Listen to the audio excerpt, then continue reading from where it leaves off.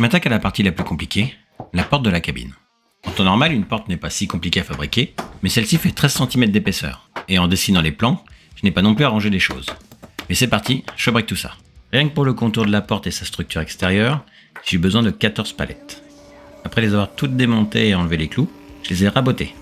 Ensuite, c'est le délignage. J'ai dû jouer avec les largeurs des planches, car parfois elles étaient suffisantes, mais pour beaucoup j'ai dû en combiner 2 pour atteindre la largeur dont j'avais besoin.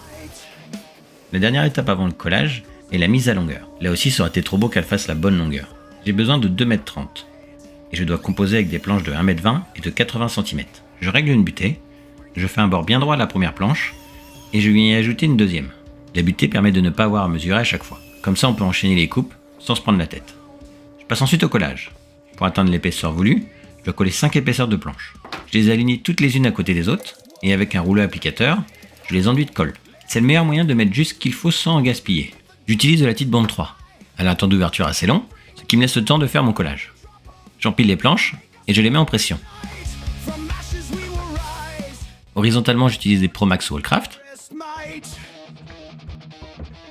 Et pour les plaquer entre elles, j'utilise des Maxi-Press plieurs.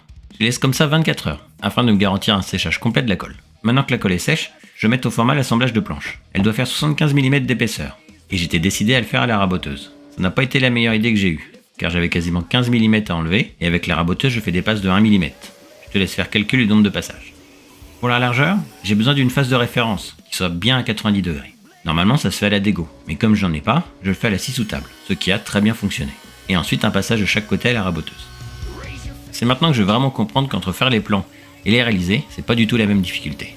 Le profil de la porte a une forme d'escalier. Je le débute avec 2 traits de coupe qui suivent sa forme. Je le fais à la scie sous table. Et là, pour une raison que j'ignore encore, j'avais décidé de continuer le profil à la défonceuse sous table.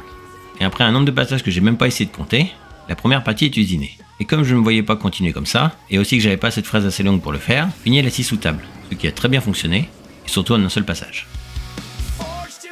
Comme pour toutes les cloisons de la cabine, je collerai une feutrine tout autour.